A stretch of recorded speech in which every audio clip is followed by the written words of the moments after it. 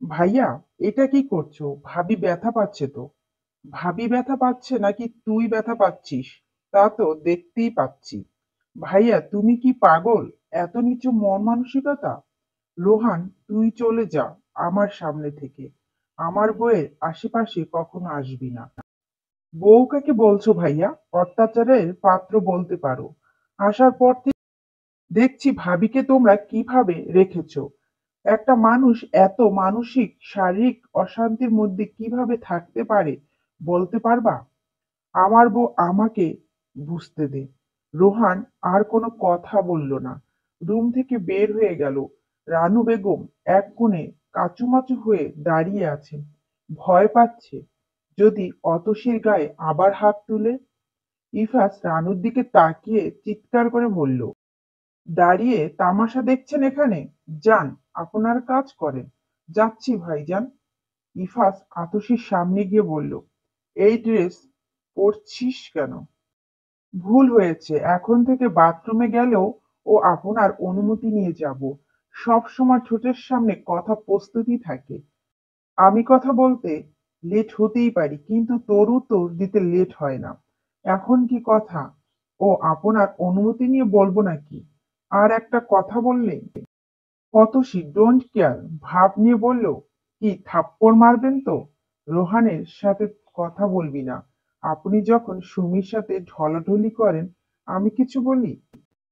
সুমি আমার বোন, রোহান ও আমার ভাইয়ের মতো।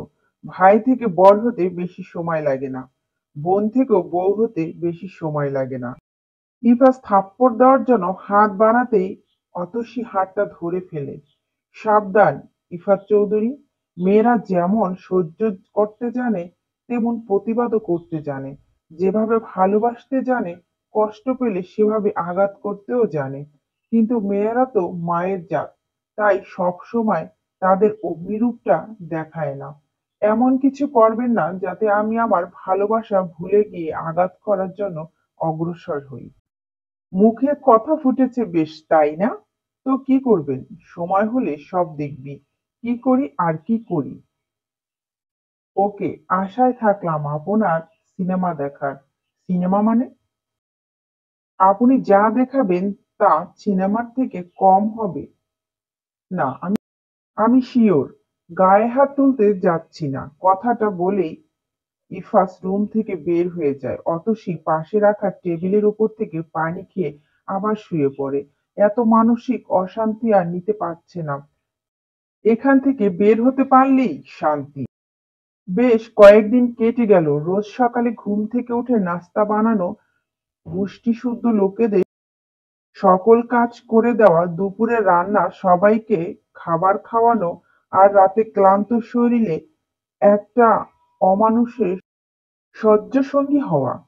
কারণে অকারণে কথা শোনা আর শারীরিক অত্যাচারের মধ্যে দিয়ে অতসী নিজেকে মানিয়ে নেওয়ার অনেক চেষ্টা করেছে, তাও কোনো। জানি অমানুষগুলোর সাথে নিজেকে মানিয়ে নিতে পেরে উঠছে না। সহ্য করো, সহ্য করো। শুনতে শুনতে কান ঝালাপালা হয়ে গেছে। নায়িকাদের মতো ছাদে বসে বসে যে ঢং করছো, তো বাসার কাজ করবে কে? কথাটা শুনেই পিছনে তাকিয়ে দেখলাম সুমি। আমি নায়িকা হলে তো খলনায়িকা মিলিয়েছো ভালো।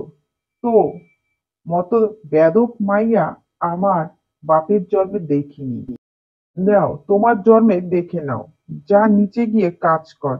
তোমার খাই ও না, তোমার পড়িও না, তাহলে তোমার কথা শুনবো কেন? তুমি তো এ বাড়িতে উড়ে এসে জুড়ে বসেছো। এই যে আসছো আর যাওই না।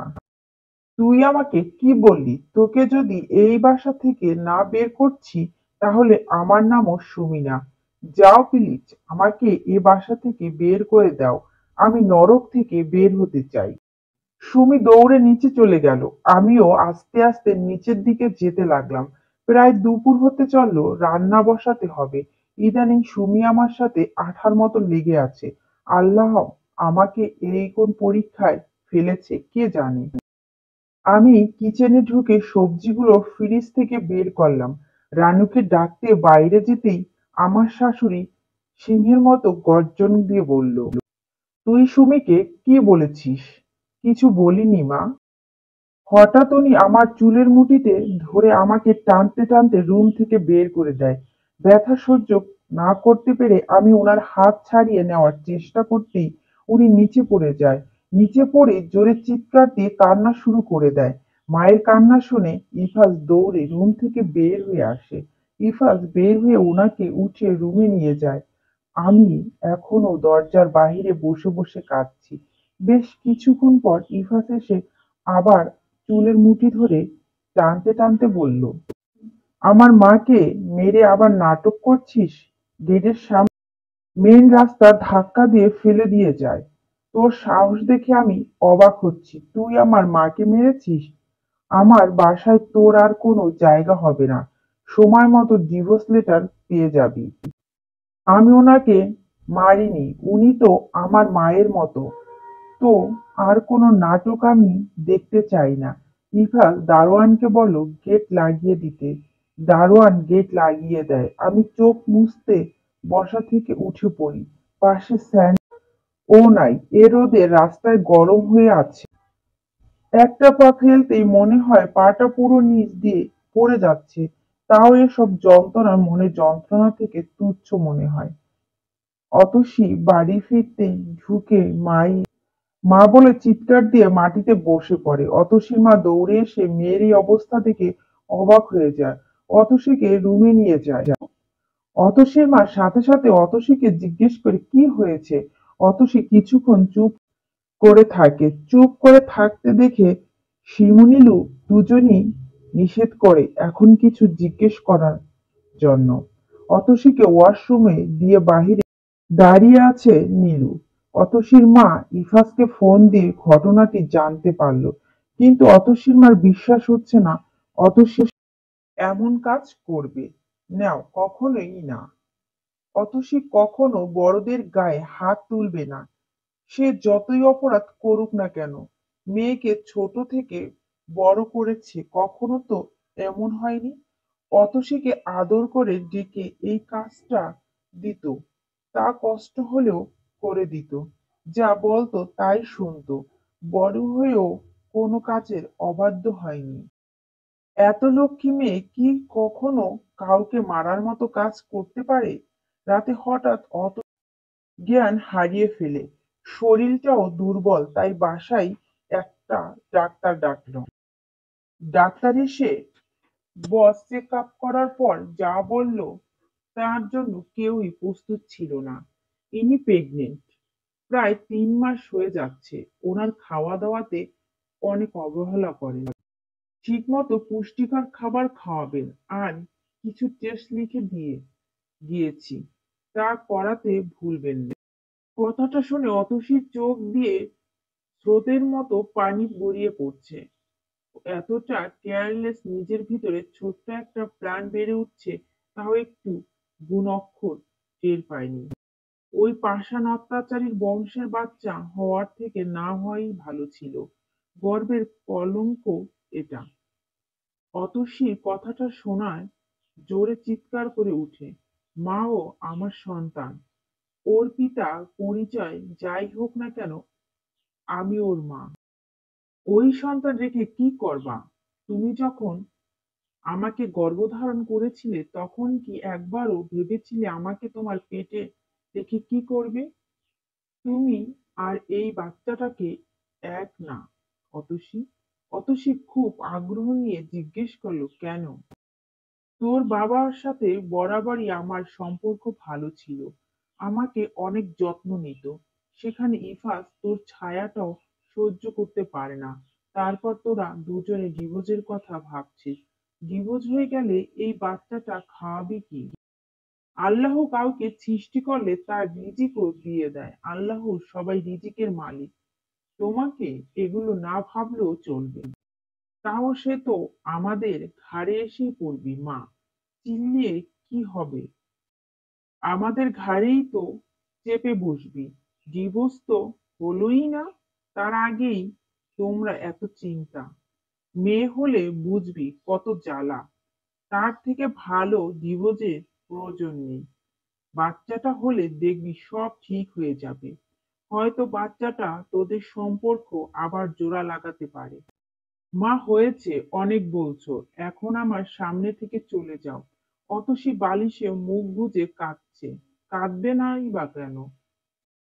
বা কোনো যখন শুনেছিল মা হবে তখনই তো মনের ভিতর সুপ্ত অনুভূতিগুলো নড়াচড়া দিয়ে উঠেছিল। এমন অনুভূতি এইটুকু জীবনে কখনো অনুভব হয়নি।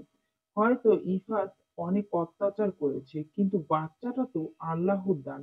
অতসী শত স্বপ্ন বুনতো বিয়ের আগে ছোট্ট একটা সংসার হবে, মা হবে, ছোট ছোট হাত পা গুলো বারবার ছুঁয়ে দেখবে, ছোট মুখটাতে অসংখ্য চুমু দিয়ে ভরিয়ে দিবে। আর যখন কান্না করবে তখন হাজার গল্প ছুরি খুলে বসবে, আদর করে বুকে জড়িয়ে সে কি আনন্দ। আর বরটা খুব আদর করবে। প্রতিদিন কাজ শেষে বাসায় ফিরে আর যাই হোক ভালো করে দুটো কথা বলবে। কিন্তু সবার ভাগ্য তো আর এক নয়। অতসী জানালার গ্রিল ধরে দাঁড়িয়ে আছে, এত কষ্টের মধ্যেও কেন জানি আনন্দ লাগছে। আসার পর থেকে কেউ একবার কল দিয়ে জিজ্ঞেসও করেনি কেমন আছি। নিজেই নিজের বোকামির কথা ভেবে হাসি পাচ্ছে। যারা বাসা থেকে বের করে দিল তারা নাকি আবার কল দিয়ে জিজ্ঞেস করবে কেমন আছে। আপু, তুই কি পাগল হয়ে গেছিস? এভাবে হাসছিস কেন? অতসী হঠাৎ করে শব্দ শুনে ভয় পেয়ে বলল। পিছনে ফিরে দেখলো সিমি। অনেকদিন হাসা যায় না, তাই একটু হেসে দেখলাম। বাবা ডাকছে। এখন থেকে তুই শুনিসনি? না তো। আচ্ছা তুই যা, আমি বাবার কাছে আসছি। আমি মাথা ওড়নাটা নিয়ে বাবার রুমের দিকে পা বাড়ালাম। দরজা দাঁড়িয়ে অনুমতি চাইতে বাবা জোর কেঁদে উঠল। আমি দ্রুত গিয়ে বাবাকে জড়িয়ে ধরলাম। মারে, আমি তোকে এই আগুনের মধ্যে ফেলেছি, আমাকে তুই মাফ করে দিস। তোমার কোনো দোষ নেই বাবা, আমার ভাগ্য যা ছিল তাই হয়েছে। কোনো বাবা মাই চায় না তার সন্তানের কষ্টে থাকুক। তুই আর ওই বাড়িতে পা রাখিস না মা। নিজে তো কামাই করতে জানো না, আবার মেয়েকে বলছো শ্বশুর বাড়ি না যেতে। দুইটা মেয়ে আছে, বিয়ে দিতে হবে, সেই খেয়াল কি আছে তোমার? বাবা মাকে কেন বকছো?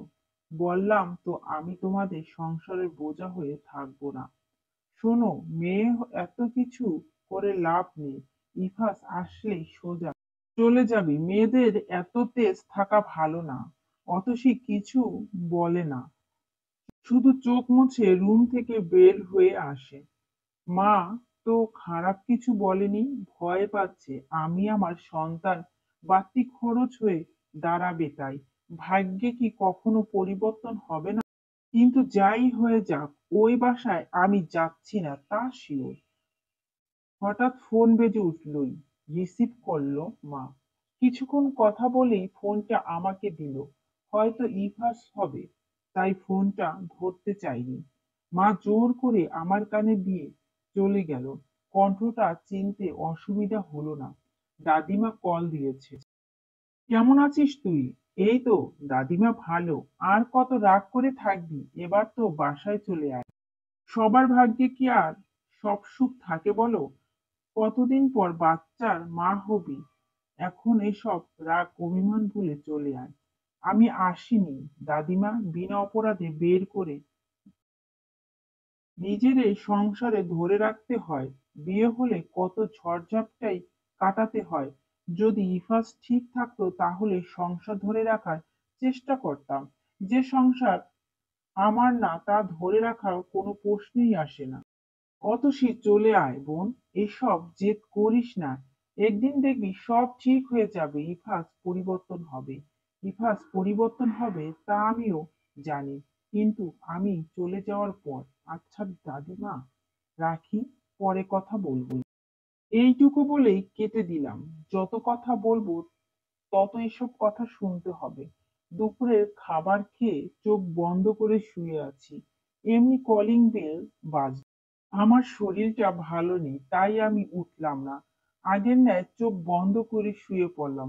অত ডাক্তার শুনে চোখ মেলে তাকাতেই দেখলাম ইফাস এসে সাথে আরেকটা লোক। ইফাস আমার দিকে তাকিয়ে বলল, ডিভোর্স চাচ্ছিলে না? আর আগে আমার টাকাটা দিয়ে নাও। কিসের টাকা? ন্যাকা সেজো না, খুব ভালো করে জানো কিসের টাকা। টাকা দেওয়ার সময় তো আমাকে দেননি, তাহলে এখন আমার কাছে খুঁজছেন কেন? তোমার মা তো দিয়ে, তাহলে মায়ের কাছে খুঁজুন। ইফাস, বিয়েটা তুমি ছেলে খেলা মনে করো না। অতসীর পেটে তোমার বাচ্চা, এখন কিসের ডিভোর্সের কথা বলছো? বাচ্চা মানে? নিজের বউয়ের প্রতি তো কোনো খোঁজই নেই। বাচ্চা তো কি হয়েছে, আমার বাচ্চা আমাকে দিয়ে দিক, শেষ হয়ে গেল ঝামেলা। কেন আপনাকে দিব? তোমার এখনো সেই ক্ষমতা হয়নি আমার বাচ্চা নিজের কাছে রেখে মানুষ করার। নিজেরই তো খেতে পারো না। অতসী হেসে বলল, আমি যেহেতু 10 মাস নিজের পেটে রাখার ক্ষমতা রাখি, তাহলে বাকি সময়টাও আমার কাছে রাখতে পারবো। তার সময়ে দেখা যাবে। হ্যাঁ, তা তো অবশ্যই, সময় একদিন আপনাকে আমার থেকে খারাপ পরিস্থিতিতে ফেলবে। এত টাকার অহংকার তখন কিছুতেই থাকবে না। অভিশাপ দিচ্ছ নাকি? সেই সাধ্য কি আমার আছে? এসব না বলে উকিল নিয়ে এসেছি, ডিভোর্স পেপারে সাইন করে দাও। শরীয়ত মোতাবেক অন্তঃসত্ত্বা অবস্থায় তালাক দিলে তার সন্তান ভূমিষ্ঠ হওয়ার আগ পর্যন্ত তালাক কার্যকর হয় না।